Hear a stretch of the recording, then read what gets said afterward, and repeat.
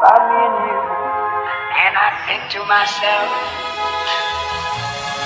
what a wonderful world.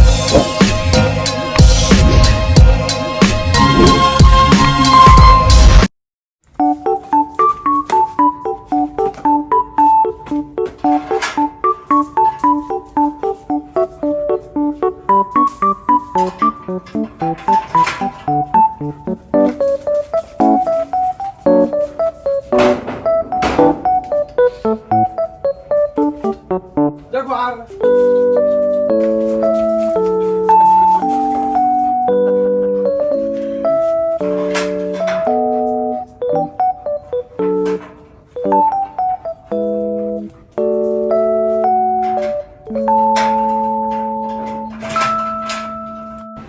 Magandang hapon nga po mga kabiyahero, kamusta po kayo?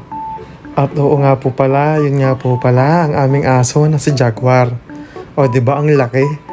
Bukod kay Udang na palagi nyo nakikita sa mga video namin, ay meron pa nga kaming isang alaga na aso. At yun nga, ay si Jaguar. Bali tatlo nga pala sila. Ang isa ay si Chuchay, kaya lamang si Chuchay ay sobrang mahiyain. At ngayong hapon nga ito, ay magwawalis muna tayo ng bakuran bago natin sunduin si Jeffrey sa kanyang paaralan. Palagi nga palang maraming nilalaglag na dahon at bulaklak itong puno dito sa aking likuran. Nung nakaraan ng video, ipinakita ko sa inyo kung paano ko nilagyan ng Christmas light ito at kung paano ko rin ito tinrim para mas gumanda at mas lalong dumami ang bulaklak nito. Sa sobrang daming ang bulaklak, palagi may nalalaglag na lamang at maraming kalat, pero okay lamang. Alam nyo ba na ang punong ito ay tinatawag nilang money tree? At itong puno na ito ay sobrang tagal na rin dito. Kapag daw namunga at namulaklak ang puno na ito, ay saswertehin daw ang may-ari na nag-aalaga nito. Kayo po ba? Naniniwala po ba kayo na ang money tree ay swerte sa bahay? Handa nga rin po pala muna natin yung sasakyan na gagamitin natin para sunduin si Jeffrey.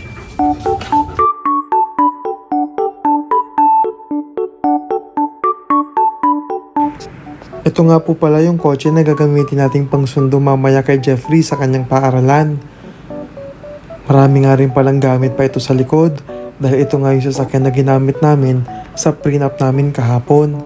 At liligpitin lamang natin para naman maluwag kami mamaya ni Jeffrey dito sa loob. Meron pa kasi itong mga damit at iba pa mga pagkain dito sa box. Meron din pala itong tubig at soft drinks na nainitan na rin dito. Pwede pa naman siguro ito, ilalagay ko muna sa ref mamaya pagkatanggal ko.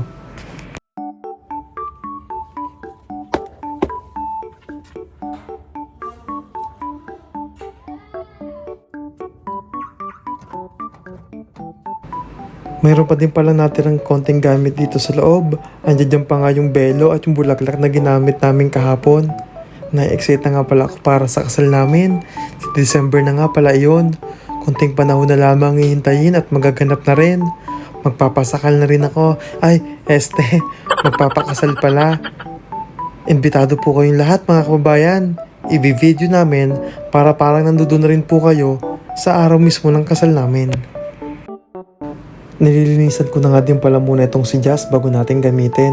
Alam niyo po ba na matagal na rin sa amin itong kotse na ito? At nung simula pa lamang na nagbablog si Kuya sa Batangas, ito na yung gamit namin. Marami na nga rin pala itong natulungan ng mga kababayan natin noon. Ito ang sinasakyan dati ng PB Team Batangas.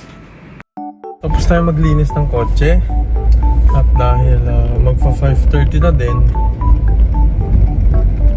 susunduin na po natin si Jeffrey sa school niya. Ayan. So, usually po kasi, ang totoo po talagang labasan ni Jeffrey is 5:40. Kaya lang, every time na pupunta pa ako doon, susunduin ko po siya. Alas 6 na po pasado sila lumalabas ng school. Kaya, ang ginagawa ko ngayon, dati mga 5:15 ako naalis. Ngayon, ang ginagawa ko na po, 5:30 naalis na po ako ng bahay. So, baga medyo nagpapalit ako. Sa halip na 5:15, 5:30 na po ako naalis. Para pagdating ko doon, hindi naman ako sobrang maaga rin po. Ayan. So, ngayon po ay susunduin ko siya. Hindi kami magko-commute. So, kanina inatid ko po siya doon kanina sa school niya. Ngayon naman ay susunduin ko siya at hindi kami magko-commute dahil madilim po ang panahon. So kanina po ay umulan. So ang hirap po kasi na mag-commute kapag ganito maulan dito sa amin. So una, mahirap ang sakayan. Talagang punuan po at minsan delikado din kasi bumabaha yung dadaanan. So minabuti ko na sunduin na lamang para mas mabilis din po yung pagdating ko doon sa school ni Jeffrey. Ayan. So para saktong-sakto lang at hindi tayo rin maaabalang masyado kapag malakas po ang ulan. So sana ay pagdating natin doon nakalabas na rin si Jeffoy. Palabas na rin si Jeffoy para saktong-sakto tayo. Ayan. At sa mga sumusuporta po kay Jeffrey, muli maraming salamat po sa inyo. Maraming salamat sa inyo, sa inyong mga comments, sa mga binibigyan nyong advice para kay Jeffrey. At muli, hinihiling ko po sa inyo ang inyong pangunawa para kay Jeffrey, ang inyong paggabay din bilang mga subscribers kasi nagbabasa po siya ng comment. Okay? At ngayon naman nakikita na naman po natin na si Jeffrey ay nagsisikap na magbago or turuan din yung kanyang sarili sa mga bagay na bago pa lamang sa kanya. At ako naniniwala tayo na matututo yan. Ulit-ulit na lang tayo pero syempre ganun talaga. Dahil naniniwala tayo kay Jeffrey. At sa inyo po, hinihiling ko lamang po na wag po sana kayo magagalit mga kabayan, pero hinihiling ko na sana wag nating ikumpara si Jeffrey sa iba or wag nating ikumpara si Jeffrey kanila Mylene. Na bakit sila Mylene strong na sila. Si Mylene po ay matagal na rin dito at hindi po ibig sabihin na strong si Mylene ay wala rin siya pinagdadaanan or hindi na siya nakakaramdam ng homesick. Nakakaramdam pa rin po ng homesick yan si Mylene. Kaya lamang ngayon kasi naka-adjust na po siya at mas napagtatagumpayan niya or nalalampasan na niya yung mga ganyang bagay. Pero hindi ibig sabihin po na kinaya ni Mylene ay kakayanin din po agad ni Jeffrey. May proseso po yung pag-adjust, may proseso yung mga bagay para matutunan. Hindi po natin pwedeng madaliin si Jeffrey.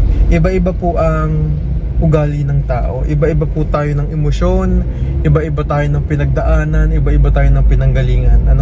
Magkakaiba po ang isip ng bawat tao. Hindi po porket kinaya ng isa ay kakayanin mo din. Yan po yung palagi sinasabi ko kay Jeffrey. Huwag mong madaliin yung mga bagay-bagay. May proseso sa lahat ng bagay. Mahirap kasi napilitin mo yung isang bagay kahit hindi ka pa handa, baka lalo ka mapahamak. Sabi ko po sa kanya talaga yan. Huwag mo i-pressure yung sarili mo. Kung hindi mo pa kaya, huwag kang mahiyang magsabi. Kung hindi mo pa kaya mag-commute, though pinapractice na natin, huwag kang mag-commute. Huwag tayong mag-commute. Ihahatid pa rin kita. Mahirap kasi na ma-pressure ka sa sasabihin ng iba, baka lalo ka mapahamak. At katulad din po ni Mylene, nakaranas din naman po siya noon, di ba? Nakaranas din po sila Mylene noon ng homesick. Hindi rin naman po naging madali yung para sa kanila. So ibig sabihin, normal po na nararanasan yon ng isang tao. Hindi lamang si Mylene, hindi lamang si Jeffrey, lahat po tayo nakakaranas po ng ganon.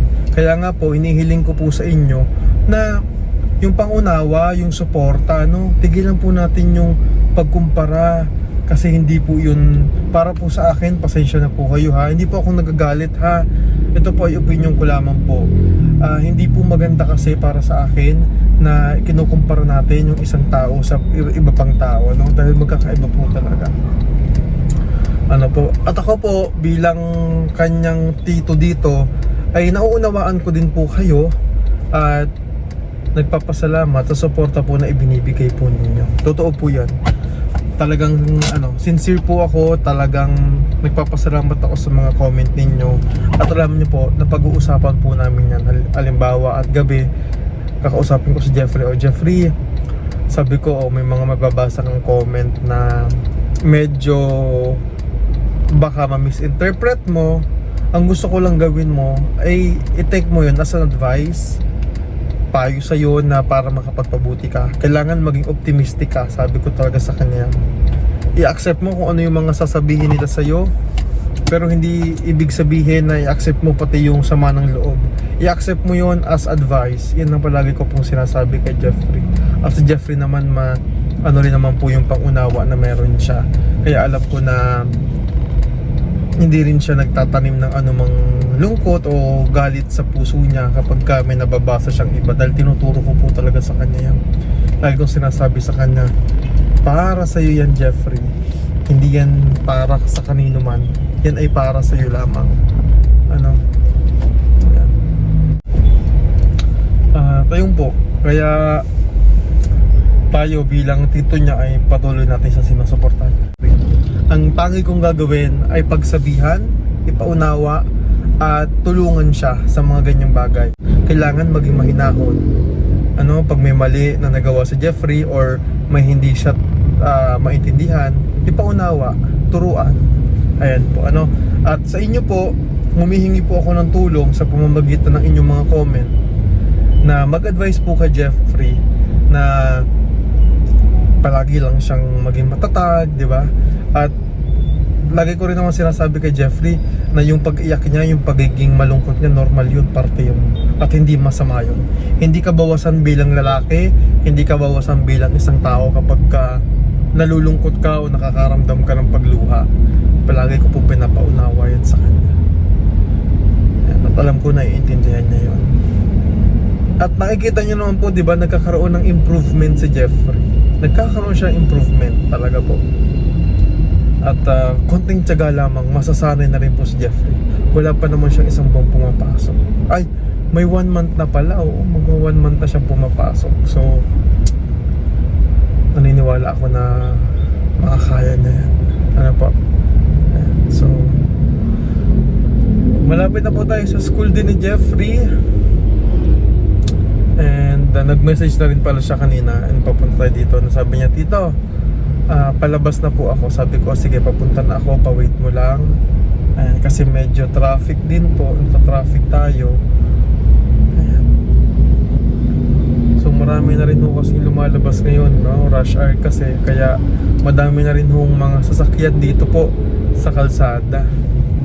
Ayan, so sana makaikot agad ako. Ayun, alos nandito na po ako sa tapat ng school nila. So tinitingnan ko lamang kung saan na siya banda. Ayun, nakatayo na si Jepoy. Naghihintay sa atin si Jepoy. Ayan, so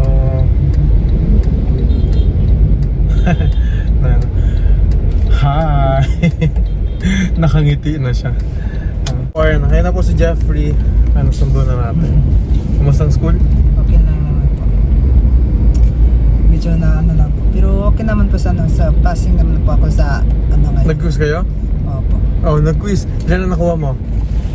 15? 15. Over 20. Oh, pwede na. Hindi na masama. Anong subject? Konting. Kuralo.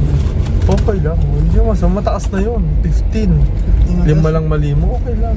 That's not Yun ang ba quiz yung kanina? Isang subject lang? Mayroon pa po. Si Sir na po yung check. Hindi nyo pa na-check. Anong subject naman yung isa? Ito. Di ba? Check. 15 over 15. Wow. 15 over 15. 20 over 15.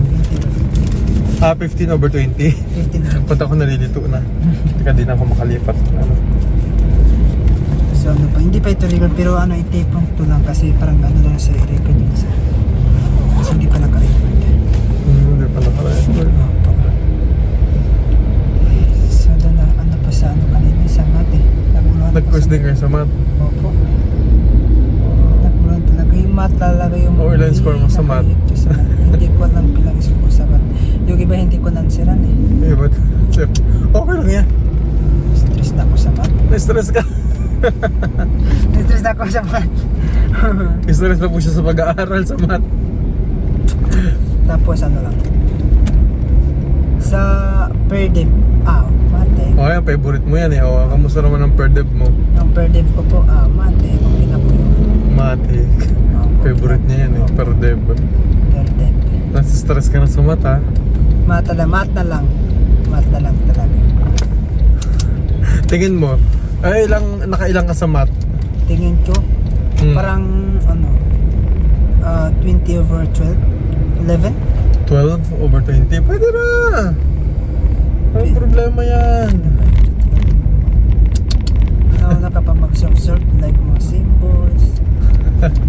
Pag-aralan mo, matututunan mo yan. Sabi ko siya, magpaturo ka kay Tito nyo. Kasi Tito nyo ay accountant. Muna ako, mag-research ako sa computer. Tapos, pag-practice ako mag-answer. Tapos yung answer ko, i-research kung tama ba. Ano na ba pinaturuan nyo pinag-aaralan nyo sa math? Sa math? Sa po yung namin? Yung yung i-divide hanggang 37. Like 1 0 divided by 1 equals 0, 1 divided by 2, yun. Hanggang 35. Tapos, umabot pa sa 1,009 point, yan yung may mga remainder. Opo. Madali lang yun. Madali lang. Yun, Hindi ba? Math lang. Sasampulan kita mamaya. Tuturuan kita. Kaya mo yan. Saan ba yung madali yun? Kasi yung yung mathematics nyo, basic algebra lang, di ba? Basic mathematics. Kaya mo yan. Basta marunong ka sa MDAS. Kaya mo yan. MDAS lang yan eh. Kasi alam ko po, ang sa kanila daw ata, hindi talaga yung math subject, Baka siguro first year lang first year lang yan. First year lang siguro yung math.